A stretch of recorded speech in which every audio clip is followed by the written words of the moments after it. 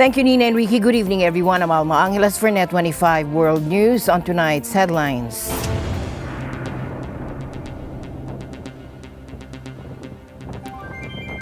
Dozens of people have died after a passenger plane crashed in Kazakhstan, with 67 people on board, according to local officials.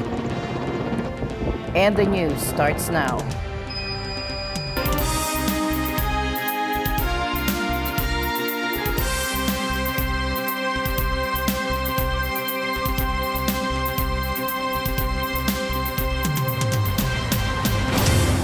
Dozens of people have died when a plane crashed in Kazakhstan. Take a look.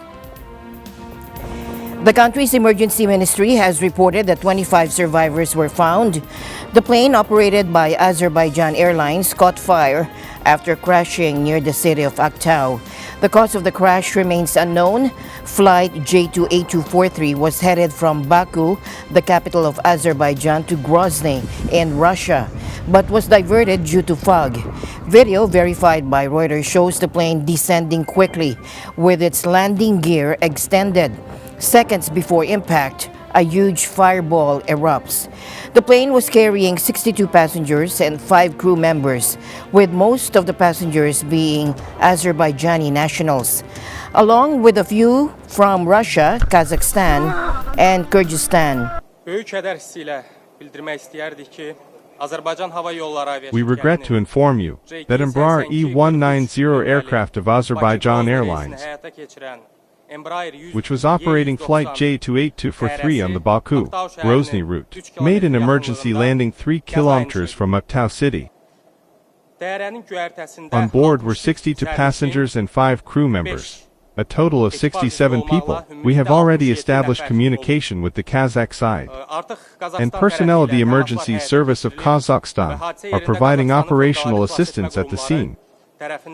According to available data, among the passengers on board there were 37 citizens of Azerbaijan, 16 citizens of Russia, 6 citizens of Kazakhstan and 3 citizens of Kyrgyzstan. The list of passengers has been officially published. The lists of the dead and injured will be announced later.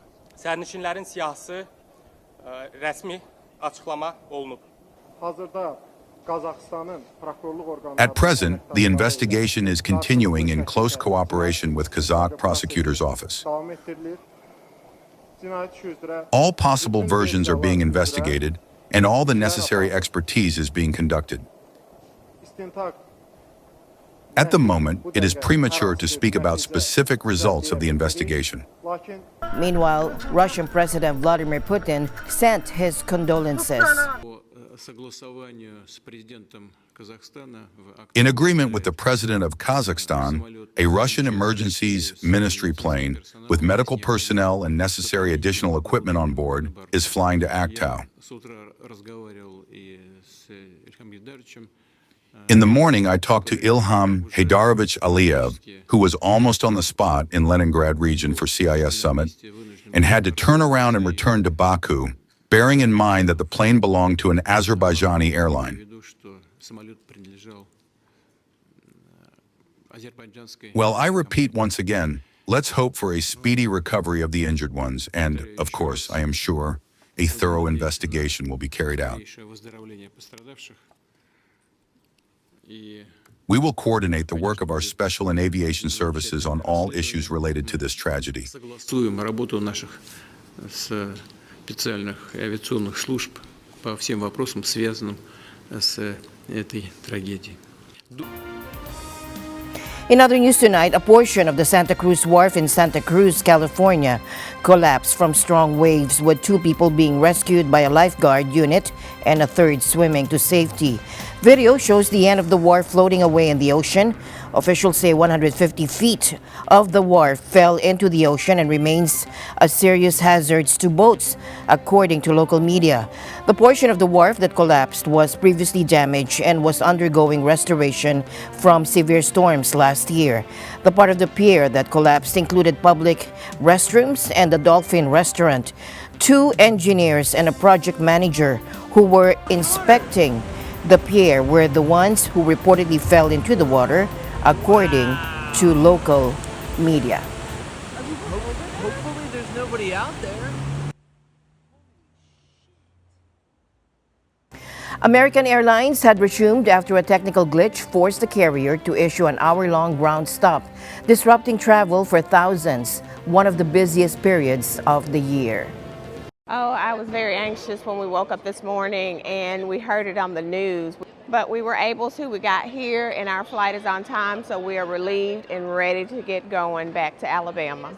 Oh, we were scared. We wanted to be back home with our family, but thank God it got over. It was pretty quick. It was pretty quick. Well, I have very low expectations about how it will go, so it's going fine because I'm still moving, the lines are moving, and we'll be fine. I'll get home at some point. A vendor technology issue briefly affected its ability to get planes in the air. While customers were still pressing for details on their delayed flights, the relatively brief stoppage means Americans will likely avoid a full-scale meltdown that could ripple for days during the peak holiday travel season. The company's shares were down 0.3% in morning trade. Airlines can request their own ground stops, which affect only their operations when they encounter or expect significant congestion and delays. Now, Tuesday's snafu is the latest technical snag after carriers were hit by a global tech outage tied to Microsoft's Azure cloud platform and a software issue at cybersecurity firm CrowdStrike earlier this year. The outage had cost the Delta Airlines at least $500 million. 2 years ago, Southwest Airlines experienced a meltdown with its systems during the holidays that led to 16,900 flight cancellations and stranded 2 million passengers. It was eventually fined $140 million in the largest ever civil penalty for a travel disruption. South Korea's suspended President Yoon Suk-yeol didn't respond today to a second summons by anti-corruption authorities who, along with prosecutors, are investigating his short-lived martial law decree issued early this month. Now, Yoon had not appeared for questioning as of 10 a.m. on December 25, as requested by the Corruption Investigation Office for high-ranking officials after ignoring their first summons last week. An agency official said it would continue waiting for Yoon today, adding it would need to review the case further before seeking an arrest warrant. Yoon also did not respond on December 15 to a separate summons by prosecutors who are investigating the martial law declaration. Yoon's repeated defiance of the summons and failures to appear for questioning have sparked criticism and calls from the opposition for his arrest, citing concerns over potential destruction of evidence. In a televised address on December 7, 4 days after the martial law declaration, Yoon said he would not evade legal and political responsibility for his actions. Yoon was impeached by Parliament on December 14 over his brief imposition of martial law and must now face a constitutional court trial on whether to remove him from office or restore his presidential powers. Prosecutors, the police, and the Corruption Investigation Office have all launched probes into Yoon and other officials, seeking to pursue charges of insurrection, abuse of power, or other crimes. Insurrection is one of the few charges for which a South Korean president doesn't have immunity. A ballistic missile struck an apartment building in the central Ukrainian city of Kryvyi on Tuesday, killing one person and injuring 15. Officials say 4 of the injured are in serious condition. Thomas Eyelikeness for more. Kryvyi, where the attack occurred, is Ukrainian President Volodymyr Zelensky's hometown. The missiles landed a direct hit on a 4-story residential block that had 32 apartments. Rescue workers spent Tuesday sifting through the debris looking for survivors. Regional Governor Serhiy Lysak posted photographs of rescuers combing through a large pile of rubble, recovering a person covered in dust, and loading the victim into an ambulance. Lysak says one man whose body had been pulled from under the rubble could not be revived by medics. A woman who had spent 4 hours covered in debris has been rescued. She's recovering in hospital. Kryvyi is a steel-making city with a pre-war population of more than 600,000. Its southern outskirts lie about 65 kilometers from the nearest Russian-occupied territory. It has regularly been the target of Russian missile attacks throughout the war. Russia says it does not deliberately target civilians, although thousands have been killed since Moscow launched its invasion in 2022. Thomas I. Likeness, NET25 World News. Russia attacked Ukraine's energy system and cities in its eastern region with cruise and ballistic missiles this morning. At least 6 people were wounded in the missile attack on Kharkiv in northeastern Ukraine. Meanwhile, Ukrainian President Volodymyr Zelensky has accused Russia of deliberately choosing December 25 to carry out an attack, calling it inhumane. He said over 70 missiles were fired, along with around 100 drones, with more than 50 missiles being shot down. Zelensky and other officials have said the target was Ukraine's energy sector. This morning's attacks marked the 13th major strike on the energy infrastructure this year. Ukraine's energy minister, German Galushenko, said electricity restrictions have been implemented, with Zelensky adding that Russia continues to fight for a blackout. In Ukraine's second-largest city, Kharkiv, at least 6 people were injured. Air raid alerts have been sounding across the country, including in Kiev, where people have been seeking shelter in metro stations. Насправді нічого, окрім агресії, не виникає. Дуже. I only feel aggression, nothing else. I am very angry that it's how people have to spend their mornings, holidays. It's also very sad. We hope for better and that it will be over soon. Meanwhile, 1 person was reported dead and several others injured in an explosion at a shopping center in Vladikavkaz in Russia's Republic of North Ossetia. Information posted by the Vladikavkaz city administration said the person who died in the explosion was a worker at the shopping center. Some local agency reports the blast happened before the shopping center was due to open for business. Others reported the blast may have been caused by a gas canister at the food court area in the mall. Investigators are still working to determine the cause of the explosion, according to Vladikavkaz city administration. As Ukraine braces for what would be its most challenging winter since the war began, many are turning to alternative energy solutions to keep the lights on and the heat flowing. Take a look.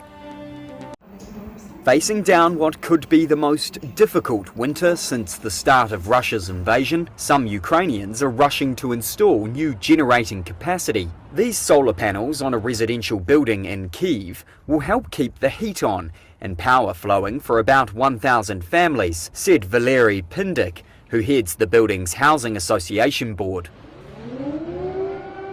Russia has intensified its attacks on Ukraine's energy infrastructure, with at least 11 major missile and drone strikes since March.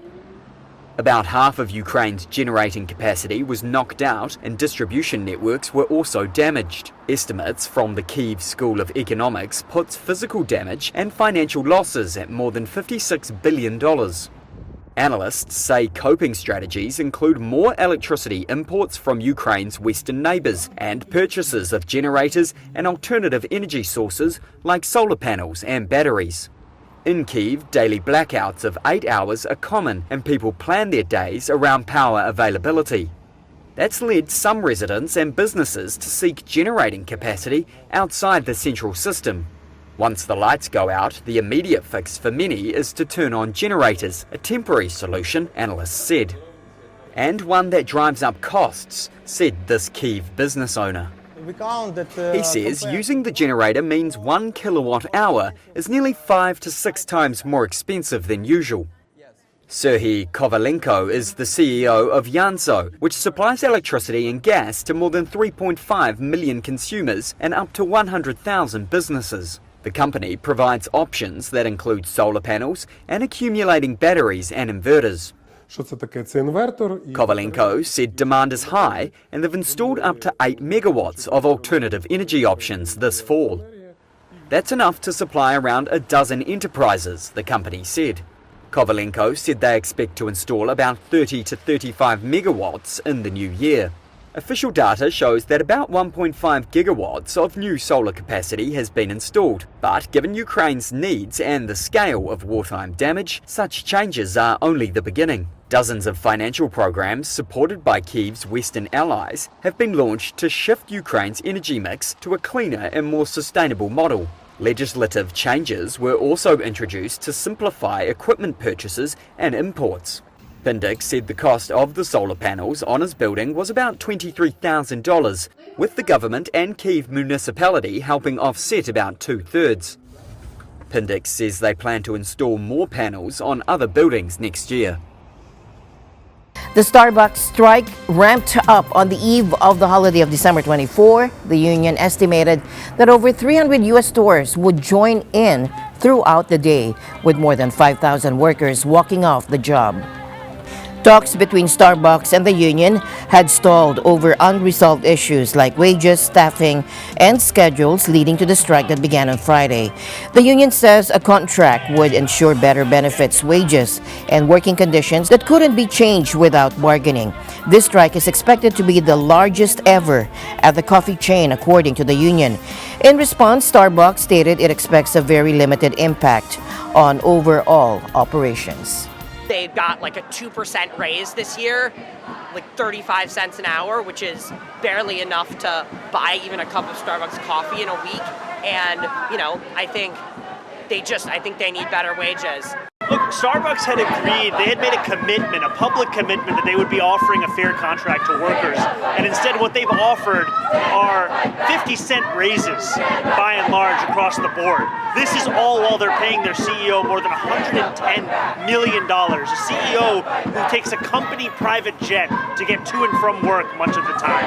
All while these same workers are being told there's not enough money for them to actually be paid what they're worth. And what these workers are showing today is that if they withhold their labor as a result of an unfair labor practice, then these stores will not be able to function. And therefore it makes it very clear to New Yorkers whose labor is actually critical to Starbucks. And the news continues here on NET25. We'll be right back.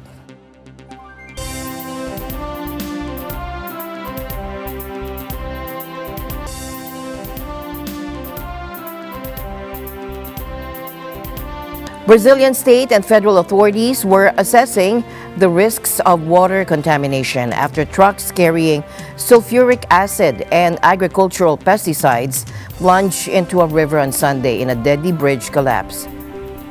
The central span of a 533-meter or 583-yard bridge that links the cities of Estreito in Maranhão State and Aguiranopolis in Tocantins State gave way as vehicles were crossing above the Tocantins River on Sunday afternoon. The Maranhão State government and the Tocantins Fire Department confirmed 3 more deaths in separate statements, raising the death toll to 4, and with more than 10 people still missing. Rescue divers had halted their efforts on Sunday after finding that trucks transporting sulfuric acid had plunged into the river. We are waiting for specific instructions to collect and analyze the water so that we, along with 25 divers, can dive to retrieve the victims that are on the bed of the Tocantins River. 25 mergulhadores fazer o mergulho e retirar as vítimas que se encontram ainda no leito do Rio Tocantins. Now, according to Brazilian water regulator ANA, 3 trucks carrying a total of 76 metric tons of sulfuric acid and about 25,000 liters of agricultural pesticides plunged into this river. State and federal authorities have told cities that could be affected by the incident to avoid collecting water from the river. Canada's political scene is in turmoil, with Prime Minister Justin Trudeau facing growing backlash from within his Liberal Party. High living costs, a housing crisis, and widespread voter frustration have pushed over 50 Liberal MPs to call for Trudeau to step aside. Adding fuel to the fire, Deputy Prime Minister Chrystia Freeland's resignation last week has left Trudeau's minority government on shaky ground. The Prime Minister has lost the confidence of Canadians, lost the confidence of many of his MPs, and yesterday he lost the confidence of his Finance Minister. And no wonder, because after 9 years, this Prime Minister has broken everything. He's broken our borders, broken immigration, broken housing, and broken the budget. So, when will the Prime Minister just stop? Stop breaking things acknowledge that he doesn't have a mandate to continue to govern, and call a carbon tax election. Freeland's departure, citing irreconcilable policy differences, has deepened the cracks in Trudeau's leadership. Once a key ally, her exit underscores the mounting tensions within the Liberal Party. Now, like most families, sometimes we have fights around the holidays.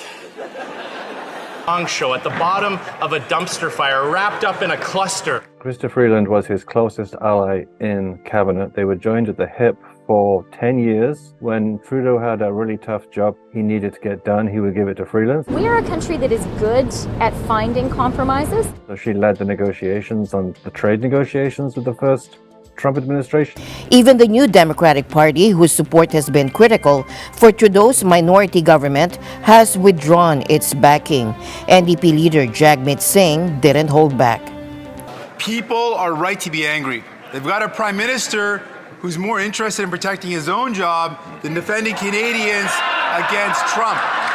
We've got a prime minister who's failed to defend workers from rich CEOs that the Conservatives love, who continue to rip off Canadians and drive up the cost of food and homes. The prime minister has failed. For New Democrats, it's always workers first and not CEOs. And not CEOs who the Conservatives want to defend. So will the prime minister acknowledge he has failed? He has to quit. Meanwhile, more than 50 Liberal MPs held private meetings over the weekend with a clear message: Trudeau must go. Longtime allies and potential successors, including Freeland Foreign Minister Melanie Joly and former Central Bank Governor Mark Carney, are reportedly waiting in the wings. Now, it's not every day you hear a U.S. president talk about buying another country. But with Donald Trump, nothing seems off the table.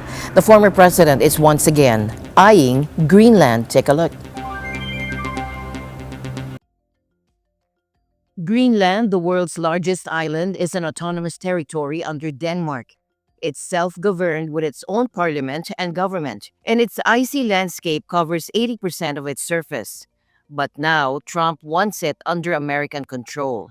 In a post on Truth Social, Trump declared, "For purposes of national security and freedom throughout the world, the United States of America feels that the ownership and control of Greenland is an absolute necessity." Now, this isn't the first time Trump has floated the idea. Back in 2019, he suggested the U.S. acquire Greenland, prompting Denmark to call the idea absurd. Trump responded by canceling his state visit to Copenhagen. And he's not the first American president to consider it. In 1946, Harry Truman offered Denmark $100 million for Greenland and even proposed swapping parts of Alaska for it. Decades later, in 1987, the U.S. State Department revisited the idea, citing Greenland's strategic location. Why all the interest? First, Greenland's position in the North Atlantic is a military asset. The U.S. already operates the Pituffik space base there, monitoring missile activity from Russia and China. Second, the Arctic is becoming a geopolitical hotspot. As global warming melts the ice, new waterways are opening, making control over the region increasingly valuable. Finally, Greenland is rich in rare earth minerals like uranium and scandium, critical for electronics and renewable technologies. But Greenland isn't budging. Its prime minister firmly stated, "We are not for sale and will never be." It's not just Greenland on Trump's wish list. Earlier this month, he joked about making Canada the 51st U.S. state, calling Prime Minister Justin Trudeau Governor Trudeau. And now he's turned his sights on the Panama Canal, claiming the U.S. should reclaim control. Because we're being ripped off at the Panama Canal like we're being ripped off everywhere else. It was not given for the benefit of others by a token of cooperation, but it was given to Panama and to the people of Panama, but it has provisions. You got to treat us fairly, and they haven't treated us fairly. If the principles, both moral and legal, of this magnanimous gesture of giving are not followed, then we will demand that the Panama Canal be returned to the United States of America. When President Jimmy Carter foolishly gave it away for $1. During his term in office, it was solely for Panama to manage and not for China or any other country to manage. You see what's going on there? China. The United States is the #1 user of the Panama Canal, with over 72% of all transits heading to or from U.S. ports. Think of that. So we built it. We're the ones that use it. They gave it away. Considered one of the one of the great wonders of the world. The Panama Canal opened for business 110 years ago and was built at huge cost to the United States, and it really is big when you consider the lives and the treasure, the equivalent of $1.2 trillion today. You don't hear those numbers. I want to express that every square meter of the Panama Canal and its adjacent areas belong to Panama and will continue to belong to Panama. The sovereignty and independence of our country are not negotiable. The canal is not controlled directly or indirectly by China, the European Community, the United States, or any other power. As a Panamanian, I reject any statement that misrepresents this reality. The canal will continue to be in Panamanian hands as the patrimony of our nation. One thing is clear, though: Greenland isn't for sale, Canada isn't joining the U.S., and Panama isn't handing over its canal. Perhaps Trump should consider the moon. It already has his favorite colors, white craters and golden rays. And with Elon Musk by his side, a Make the Moon Great Again mission doesn't sound too far-fetched. NASA's Parker Solar Probe has done it again.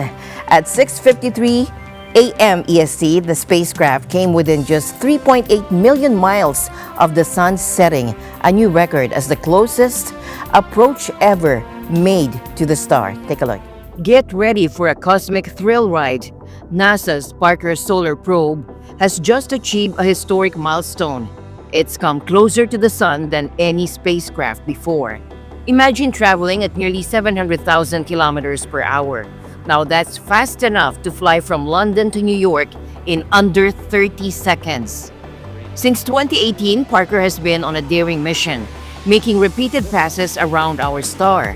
Now this latest flyby took it within a mere 6.1 million kilometers of the sun's surface, braving scorching temperatures of up to 1,400 degrees Celsius. Scientists are calling it the kiss of the sun.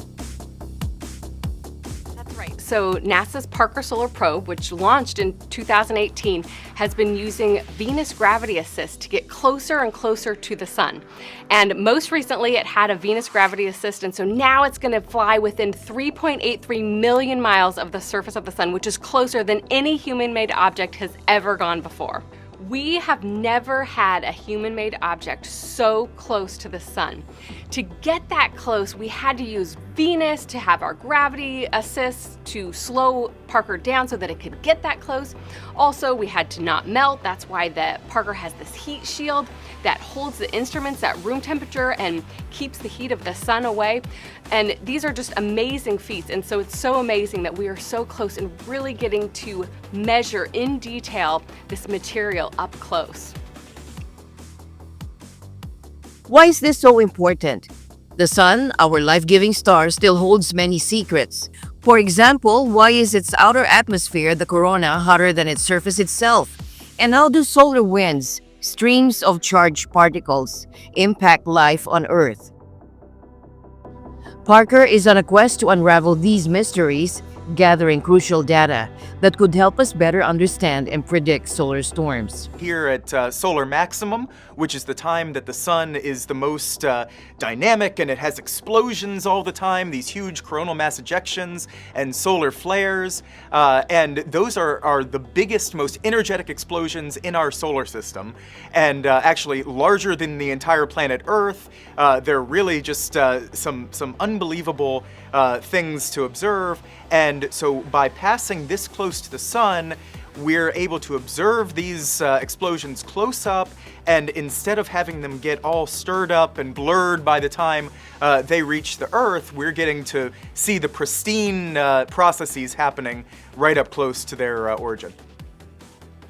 Currently, the probe is out of communication as it endures the sun's intense heat. NASA expects to hear from it again soon, and scientists are eagerly awaiting confirmation of its survival. With more daring flybys planned, Parker is pushing the boundaries of space exploration, bringing us closer to understanding the very heart of our solar system.